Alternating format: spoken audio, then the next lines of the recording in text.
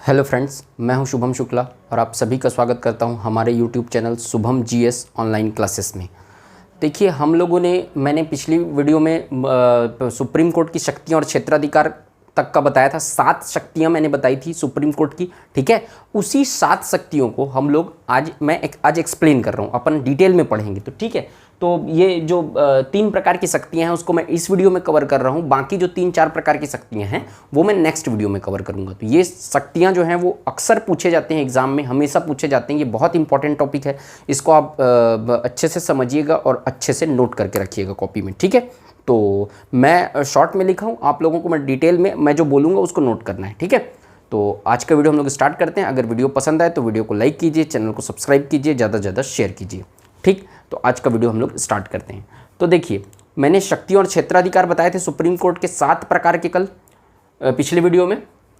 तो हम लोगों ने पहला वीडियो, ठीक, पहला जो शक्ति है, शक्ति और क्षेत्राधिकार है, वो मैंने बताया था मूल क्षेत्राधिकार या प्रारंभिक क्षेत्राधिकार, ठीक है। मूल या प्रारंभिक क्षेत्राधिकार कहते हैं। पहले नंबर का जो शक्ति है या क्षेत्राधिकार है उसको मूल या प्रारंभिक क्षेत्राधिकार है, ठीक है। अनुच्छेद 131 के तहत मूल और प्रारंभिक क्षेत्राधिकार को बताया गया है। ये एक ऐसा अधिकार है और शक्ति है सुप्रीम कोर्ट की, जिसमें इससे संबंधित मामले जो रहते हैं, ठीक है, इसमें क्या करते हैं, प्रारंभिक क्षेत्राधिकार के अंतर्गत या सुप्रीम कोर्ट अपने मूल क्षेत्राधिकार के अंतर्गत विवादों का निपटारा करता है, ठीक है। कौन कौन से विवाद का निपटारा करता है हम लोग देखेंगे। तो आप लोगों को ये लिखना है, पहला नंबर, मूल या प्रारंभिक क्षेत्राधिकार के अंतर्गत, अनुच्छेद 131 के तहत मूल या प्रारंभिक क्षेत्राधिकार के अंतर्गत सुप्रीम कोर्ट विभिन्न मुद्दों पर विवादों का निपटारा करता है, ठीक है।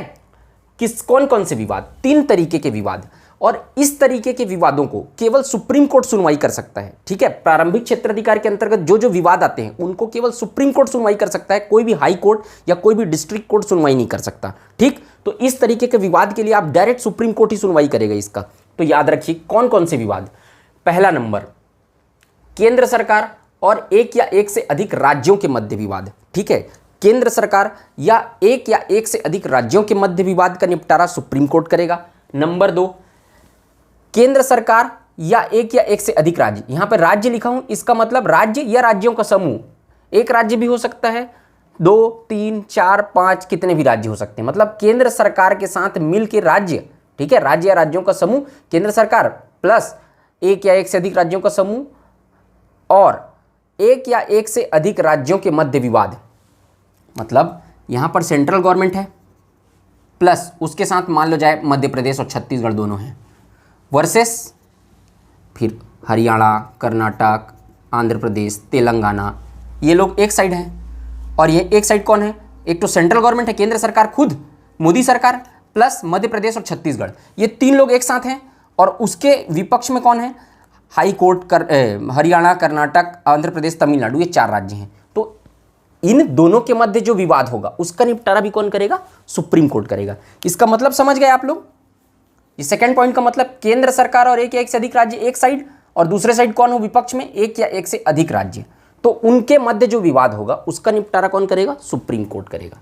नंबर 3, 2 या 2 से अधिक राज्यों के मध्य विवाद, जैसे कि छत्तीसगढ़ और मध्य प्रदेश के मध्य कोई विवाद हो गया तो उसका निपटारा, छत्तीसगढ़ और राजस्थान के मध्य कोई विवाद हो गया उसके बीच का निपटारा कौन करेगा? सुप्रीम कोर्ट करेगा, ठीक। तीनों चीज समझ गए आप। ये 3 तरीके के जो भी विवाद होंगे उनका निपटारा सुप्रीम कोर्ट ही कर सकता है, कहीं दूसरे जगह उसका निपटारा हाई कोर्ट नहीं करेगा, डिस्ट्रिक्ट कोर्ट भी नहीं करेगा। इनको केवल सुप्रीम कोर्ट में याचिका दायर कर सकती है कि इन विवादों का आप निपटारा करिए करके, ठीक है। और केवल वही इन विवादों का निपटारा कर सकता है। तो इसको आप, ठीक है, नोट करके चलिएगा। अब इसके अंतर्गत याद रखिए कि एक तरीके का और विवाद है जिसका निपटारा केवल सुप्रीम कोर्ट करता है, राष्ट्रपति और उपराष्ट्रपति के चुनाव संबंधित मामले, ठीक है। राष्ट्रपति और उपराष्ट्रपति के निर्वाचन संबंधित मामले का निपटारा सुप्रीम कोर्ट करता है, लेकिन वो उसका प्रारंभिक क्षेत्राधिकार नहीं है। इन तीनों का विवाद का निपटारा सुप्रीम कोर्ट करेगा, वो उसका प्रारंभिक क्षेत्राधिकार है। एकदम शॉर्ट में समझिए, देखिए, और मैं बता रहा हूं इसको एक्सप्लेन करके। सेंट्रल गवर्नमेंट और स्टेट गवर्नमेंट के मध्य विवाद, नंबर 1। दूसरा, central government plus state versus एक या एक से अधिक स्टेट, ठीक है, स्टेट प्लस स्टेट, ठीक है, एक या एक से अधिक स्टेट। नंबर 3, 2 स्टेट के मध्य विवाद। ऐसे भी लिख सकते हैं आप, लेकिन इसको इस तरीके से लिखिएगा, समझने के लिए शॉर्ट में बता रहा हूं। सेंट्रल गवर्नमेंट और एक या एक से अधिक राज्यों के मध्य विवाद, सेंट्रल गवर्नमेंट और कोई स्टेट उसके साथ मिला है उसके साथ, और उसके और एक या एक से अधिक राज्यों के मध्य विवाद, और तीसरा 2 स्टेट के मध्य विवाद। तो इन सब चीज़ों का निपटारा कौन करेगा? सुप्रीम कोर्ट करेगा। ठीक है, ये ध्यान रखिए। अब इसके अंतर्गत प्रारंभिक क्षेत्राधिकार के अंतर्गत क्या क्या चीज़ों का विवाद को सुप्रीम कोर्ट में नहीं लाया जा सकता? नंबर 1, ठीक है, इन तीनों चीज़ों को तो लाया जाएगा, लेकिन प्रारंभिक क्षेत्राधिकार के अंतर्गत क्या क्या समाहित नहीं है सुप्रीम कोर्ट की, किन किन विवादों के लिए आप सुप्रीम कोर्ट नहीं जा सकते इसके अंतर्गत? नंबर 1, अंतर्राज्यीय जल विवाद। अंतर्राज्यीय जल विवाद, अंतर्राज्यीय जल विवाद के अंतर्गत राज्यों के मध्य जो जल विवाद चलते रहते हैं, जैसे कि कावेरी नदी जल विवाद कर्नाटक, केरल, तमिलनाडु, आंध्र प्रदेश, 4 राज्यों के मध्य चल रहा है, तो वो जल विवाद से संबंधित मामलों का निपटारा जो है उसको सुप्रीम कोर्ट नहीं करेगा इसके अंतर्गत। नंबर 2, वित्त आयोग से संबंधित कोई फाइनेंशियल कमीशन से संबंधित कोई विवाद है, उनका निपटारा नहीं करेगा। ठीक है, उसको सुप्रीम कोर्ट में नहीं आएगा। मतलब ये अपवाद है, ये सब का चीज़ को सुप्रीम कोर्ट में आप याचिका दायर नहीं कर सकते। तीसरा, केंद्र और राज्यों के मध्य खर्च व पेंशन का समझौता, इससे संबंधित कोई टॉपिक है उसका नहीं करेगा।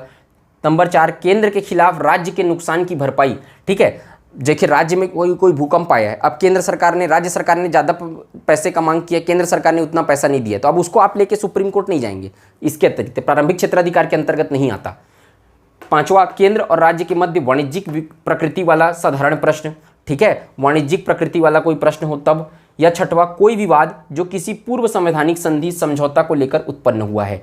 ठीक है, कोई भी विवाद जो पहले कोई समझौता हुआ, सिंधु नदी जल विवाद है और कोई भी समझौता हुआ है किसी देश के साथ, तो उस समझौते, संधि, इससे संबंधित कोई विवाद है, उसका निपटारा करना सुप्रीम कोर्ट के प्रारंभिक क्षेत्राधिकार के अंतर्गत नहीं आता है।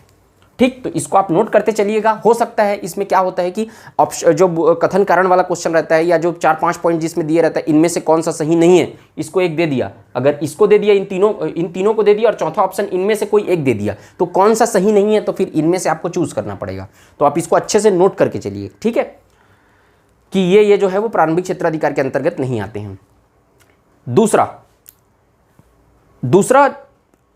दूसरी शक्ति या दूसरा क्षेत्राधिकार है सुप्रीम कोर्ट का न्यायाधीश क्षेत्राधिकार।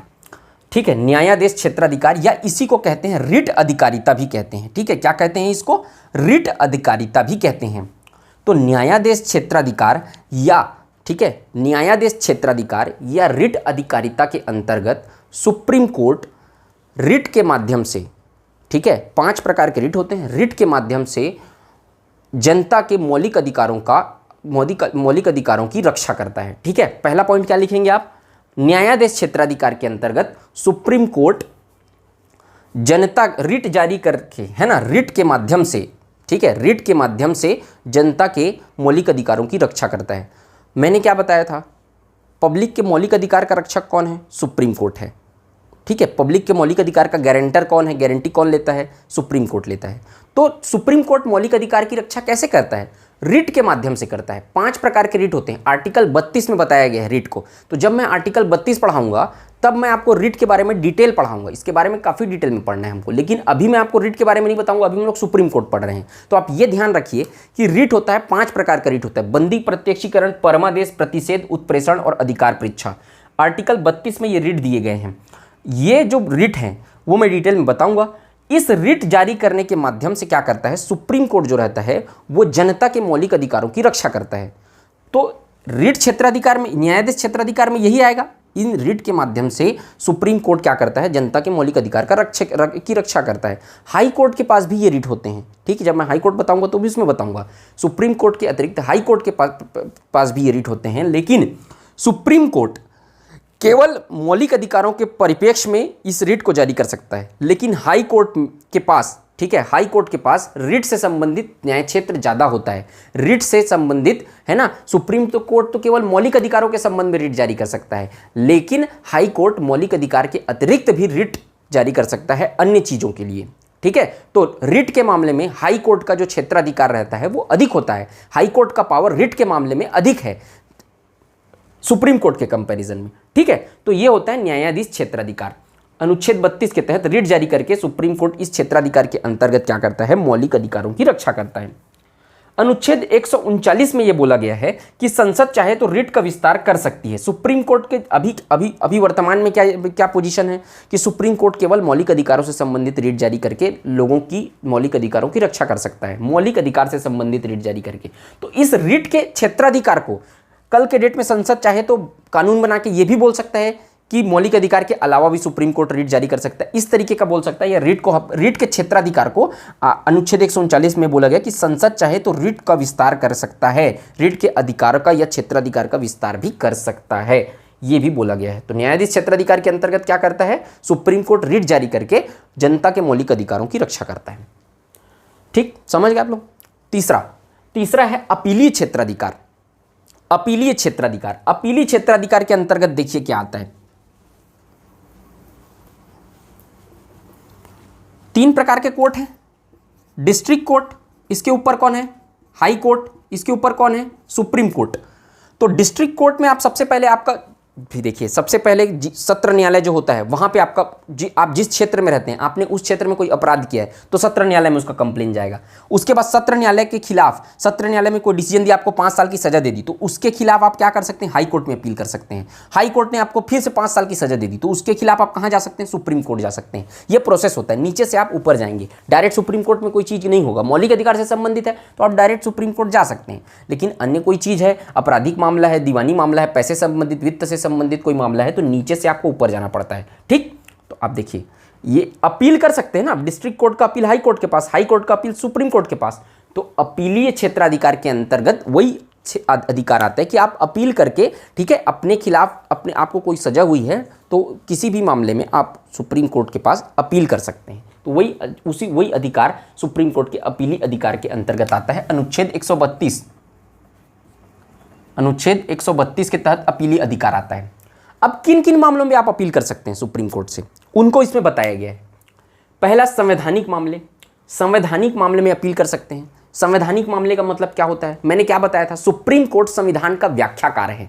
ठीक है, जब भी कभी भी संविधान से संबंधित कोई व्याख्या करना होगा, ठीक है, जैसे कि मैं आपको एग्जाम्पल देता हूं, मैंने आपको बताया था राष्ट्रपति का, ठीक है, राष्ट्रपति का जब मैं आपको वीटो पावर बता रहा था तो मैंने जेबी वीटो पावर में आपको बताया था कि जेबी वीटो पावर में क्या लिखा है। ठीक है, जेबी वीटो शक्ति का प्रयोग करके राष्ट्रपति लगभग आप बोल सकते हैं कि उसका दुरुपयोग करता है, क्योंकि संविधान में, ठीक है, कोई भी विधेयक जब आएगा तो उसको ये कहा गया है कि राष्ट्रपति जल्द से जल्द उस विधेयक पर अपना फैसला देगा, लेकिन टाइम ड्यूरेशन नहीं दिया गया कि 10 दिन में देगा, कि 15 दिन में देगा, कि 20 दिन में देगा।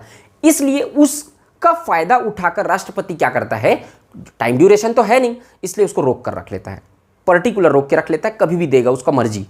तो उस तरीके से क्या होता है, उसमें लिखा नहीं है। तो अब कल के डेट में कोई विवाद उत्पन्न होगा तो विवाद का निपटारा, संविधान से संबंधित कोई व्याख्या करनी है, ठीक है, तो अब उसको कितने दिन में देना है, संविधान वालों ने इस पे क्या मंशा थी कि ये रखा, तो उससे संबंधित कोई व्याख्या करना होगा तो कौन करेगा, सुप्रीम कोर्ट करेगा। इसी तरीके से संविधान से संबंधित कोई भी व्याख्या करना है, कोई भी एक्सप्लेनेशन देना है, तो सुप्रीम कोर्ट, उसका अथॉरिटी है सुप्रीम कोर्ट को कि संविधान से संबंधित किसी भी चीज की व्याख्या सुप्रीम कोर्ट कर सकता है। तो व्याख्याकार है, ठीक है, संविधान का ये तो पता है। तो संवैधानिक मामले से संबंधित कोई भी अपील को करना है आपको तो सुप्रीम कोर्ट के पास करेंगे, अनुच्छेद 132 के तहत। नहीं, अनुच्छेद 132 के तहत अपीली क्षेत्राधिकार है। तो संवैधानिक मामले में हाई कोर्ट के फैसले के खिलाफ सुप्रीम कोर्ट में अपील की जा सकती है यदि हाई कोर्ट ये प्रमाण दे कि मामले में विधि का पूरक प्रश्न निहित है जिसकी व्याख्या करना आवश्यक है।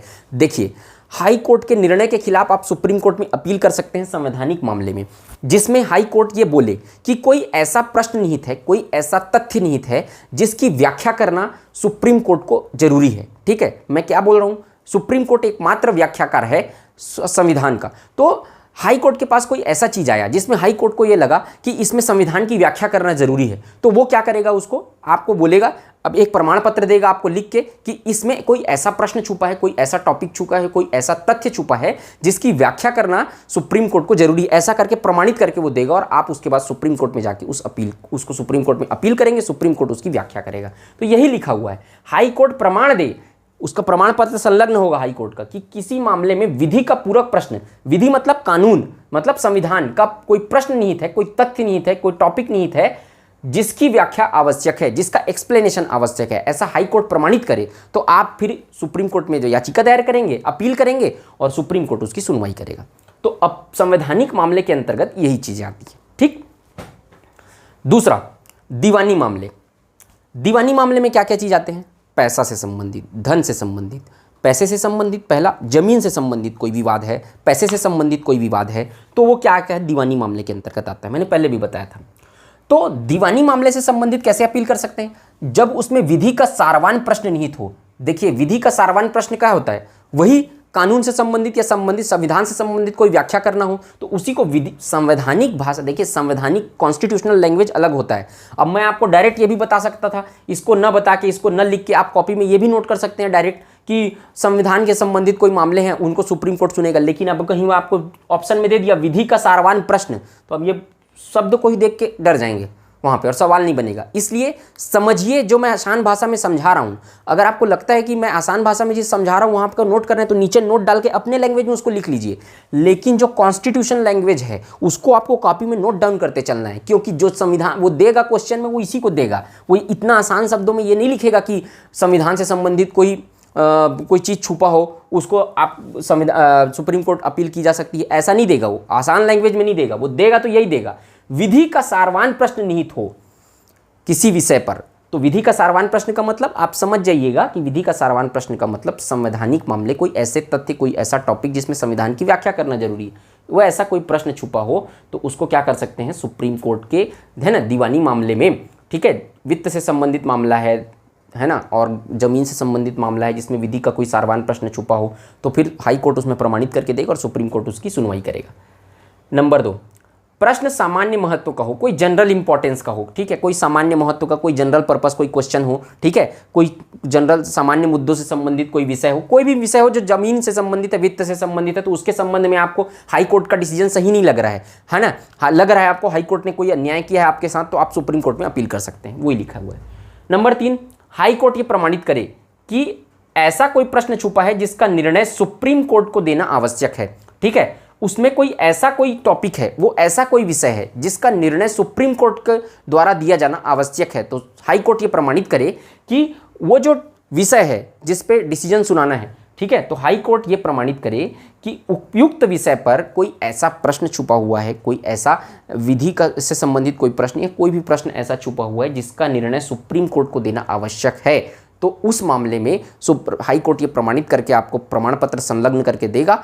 उसके बाद सुप्रीम कोर्ट उसको आप अपील कर सकते हैं और सुप्रीम कोर्ट उसकी सुनवाई करेगा। तो 3 चीज हो गया, विधि का सारवान प्रश्न निहित हो, प्रश्न जनरल इंपॉर्टेंस का हो जो दीवानी मामले का मतलब वित्त से संबंधित हो या धन या जमीन वमीन से संबंधित, भूमि संबंधित मामले, या फिर हाई कोर्ट प्रमाणित करे कि ऐसा कोई प्रश्न है या ऐसा कोई निर्णय है जिसको सुप्रीम कोर्ट को देना आवश्यक है उस निर्णय को, तो फिर आप क्या कर सकते हैं, हाई कोर्ट में, सुप्रीम कोर्ट में अपील कर सकते हैं हाई कोर्ट के निर्णय के खिलाफ।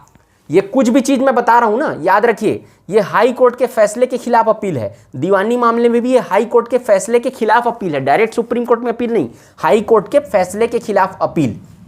इसके अतिरिक्त पहले ये प्रावधान था कि 20,000 से संबंधित, ये जो मैंने बताया कि आपको धन से संबंधित मामले हैं तो उसको आप सुप्रीम कोर्ट में अपील कर सकते हैं हाई कोर्ट के निर्णय के विरुद्ध। तो पहले ये प्रावधान था कि 20,000 से ऊपर के जो मामले, 20,000 या 20,000 से ऊपर के मामले, धन संबंधित कोई मामला है, उसी को आप सुप्रीम कोर्ट में अपील कर सकते हैं, उसी के खिलाफ।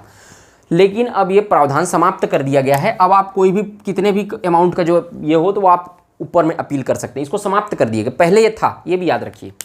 नंबर 3, आपराधिक मामले, इसी को क्या कहते हैं, ये दीवानी मामले, और ये क्या कहते हैं, फौजदारी मामला कहते हैं इसको। आपराधिक मामला या फौजदारी मामला, हत्या, चोरी, डकैती, इनसे संबंधित मामला आपराधिक मामला या फौजदारी मामला कहलाता है। तो यदि हाई कोर्ट ने आरोपी के दोष मुक्ति के आदेश को पलट दिया है, मैंने क्या बताया, सबसे पहले डिस्ट्रिक्ट कोर्ट में अपील करता है, जो क्षेत्र का वो जो डिस्ट्रिक्ट कोर्ट है उसमें उसका जाएगा, कोई किसी आदमी ने हत्या कर दिया, ठीक है, सपोज श्याम नाम के व्यक्ति ने हत्या कर दिया, तो श्याम का जो पहला डिस्ट्रिक्ट कोर्ट में जाएगा। अब डिस्ट्रिक्ट कोर्ट ने क्या कर दिया है ना, डिस्ट्रिक्ट कोर्ट ने उसको क्या किया, दोष मुक्त कर दिया, उसने हत्या नहीं किया है, वो बरी हो गया। अब उसके बाद फिर हाई कोर्ट में अपील किए और हाई कोर्ट ने क्या कर दिया, आरोपी के दोष मुक्ति, डिस्ट्रिक्ट कोर्ट ने उसको दोष मुक्त कर दिया था, उसके आदेश को पलट के उसको क्या कर दिया, ये लगा कि वो उसने हत्या किया है और उसको मौत की सजा सुना दिया हाई कोर्ट। तो हाई कोर्ट के इस निर्णय के खिलाफ आपराधिक मामले के तहत सुप्रीम कोर्ट से अपील की जा सकती है, ठीक। अधीनस्थ न्यायालय से, डिस्ट्रिक्ट कोर्ट से हाई कोर्ट ने क्या किया, किसी मामले को मंगा लिया, ठीक है, उसको दोषी करार दे दिया और उसको सजाए मौत दे दिया है, तब ऐसे मामलों की अपील आप सुप्रीम कोर्ट से कर सकते हैं। पहले और दूसरे में अंतर क्या है? आरोपी को दोष मुक्त, है ना, डिस्ट्रिक्ट कोर्ट ने आरोपी को बरी कर दिया है और उस आदेश को हाई कोर्ट ने पलट दिया और मौत का सजा दे दिया। कब? जब खुद आरोपी ने हाई कोर्ट में अपील किया है। पहले मामले में खुद हाई कोर्ट में, अब आरोपी ने अपील किया है, ठीक है। लेकिन सेकंड में क्या है, सेकंड पॉइंट में क्या लिखना है, खुद हाई कोर्ट ने, उसने दोष सिद्ध, मतलब आरोपी को बरी नहीं किया है डिस्ट्रिक्ट कोर्ट ने, वो मामला चल रहा है वहां, और हाई कोर्ट खुद अपने स्वयं से संज्ञान लिया हाई कोर्ट और उस मामले को मंगा लिया, उसको दोषी करार दे दिया और उसको मौत दे दिया। तो इस मामले पे भी आप सुप्रीम कोर्ट में अपील कर सकते हैं। 1 और 2 को समझना जरूरी है। मैं क्या बोल रहा हूं, पहले में डिस्ट्रिक्ट कोर्ट ने अपना डिसीजन दे दिया है, उसको बरी कर दिया है, उसके बाद उस आदमी ने क्या किया, जो दोषी आदमी है, उस जो बरी आदमी है, ठीक है, उसका अपील किया गया किसमें, हाई कोर्ट के लिए। अब उसका जो उसको सजा दिलाना चाहते रहेगा वो तो अपील करेगा ना। तो जो अपील किया है, ठीक है, किसी आदमी ने अपील किया हाई कोर्ट में कि भाई इसको दोष मुक्त कर दिया गया जबकि इसने हत्या किया है, तो उसको आदेश को पलट दिया और मौत दे दिया, ठीक, पहले मामले में। दूसरे मामले में डिस्ट्रिक्ट कोर्ट ने कोई फैसला नहीं दिया है, उसको मंगा के स्वयं उस संज्ञान में लेके डिस्ट्रिक्ट कोर्ट में कोई फैसला चला, उसको मंगाकर स्वयं मंगाया और उसको दोषी करार देके उसको मौत दे दिया। तो इन दोनों मामलों में हाई कोर्ट ने अगर ऐसा डिसीजन दे दिया तो सुप्रीम कोर्ट में उसकी अपील की जा सकती है।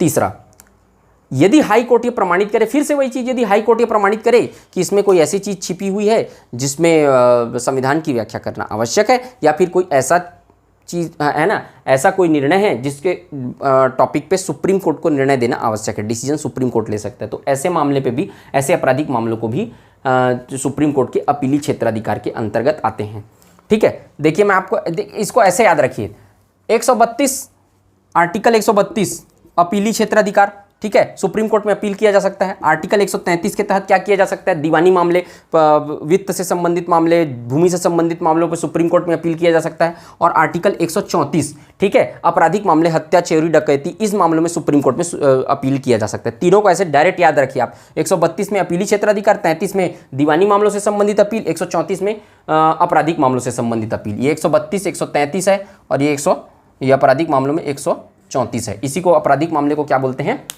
फौजदारी मामला भी कहते हैं, ऐसे भी याद रख सकते हैं, लेकिन आपको ये पूरा लिखना पड़ेगा और इन चीज़ों को भी याद रखना पड़ेगा, ठीक है।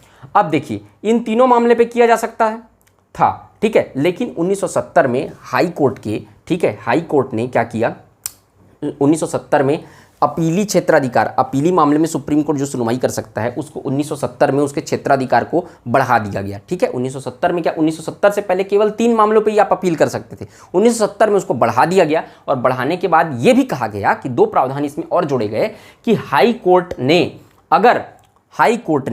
अगर किसी व्यक्ति को दोष मुक्त सिद्ध कर दिया है, ठीक है, हाई कोर्ट ने किसी व्यक्ति को बरी कर दिया है और उसे उम्र कैद, जिसको उम्र कैद या 10 वर्ष की सजा दी गई है, सपोज राम नाम का कोई व्यक्ति है, उसको 10, लोअर कोर्ट ने क्या किया, उम्र कैद या 10 वर्ष की सजा दी है, उम्र को लोअर कोर्ट ने क्या किया है, डिस्ट्रिक्ट कोर्ट ने उसको उम्र कैद या 10 वर्ष की सजा दी है। अब हाई कोर्ट में, ठीक है, उसने अपील किया, उस व्यक्ति ने, राम ने क्या किया, हाई कोर्ट में अपील किया और हाई कोर्ट ने उसको बरी कर दिया, ठीक है।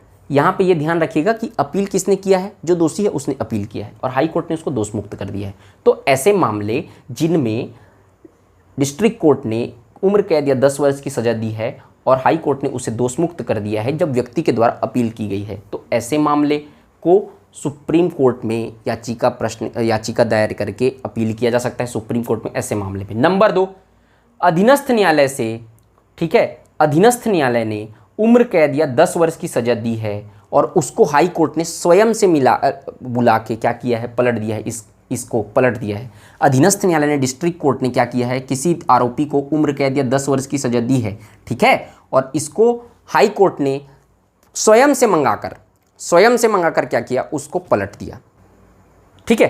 तो इस मामले में क्या किया, व्यक्ति ने खुद अपील की, जबकि इस मामले में क्या किया, सेकंड नंबर पे हाई कोर्ट ने नीचे से मंगाकर उसको क्या किया है, उम्र कैद या 10 वर्ष की सजा हो गई थी उस फैसले को पलट दिया। तो इस मामले पे आप क्या कर सकते हैं, सुप्रीम कोर्ट में इसकी अपील कर सकते हैं, ठीक है।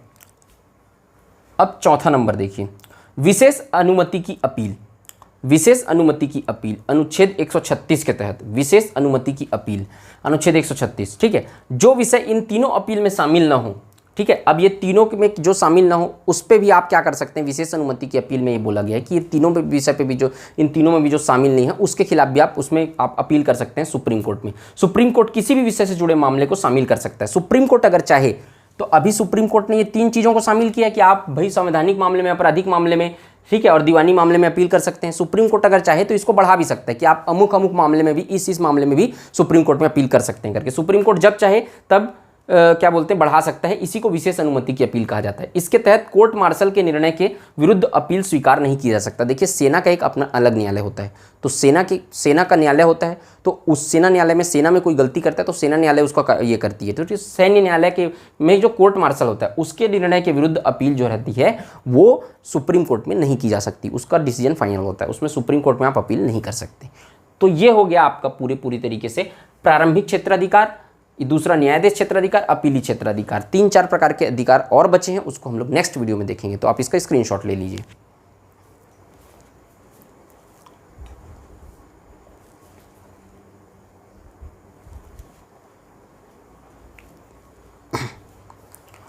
तो आज के वीडियो में सिर्फ इतना ही। अगर आप लोगों को वीडियो पसंद आया हो तो वीडियो को लाइक कीजिए, चैनल को सब्सक्राइब कीजिए, ज़्यादा से ज़्यादा शेयर कीजिए। मिलते हैं नेक्स्ट वीडियो में। जय हिंद, वंदे मातरम।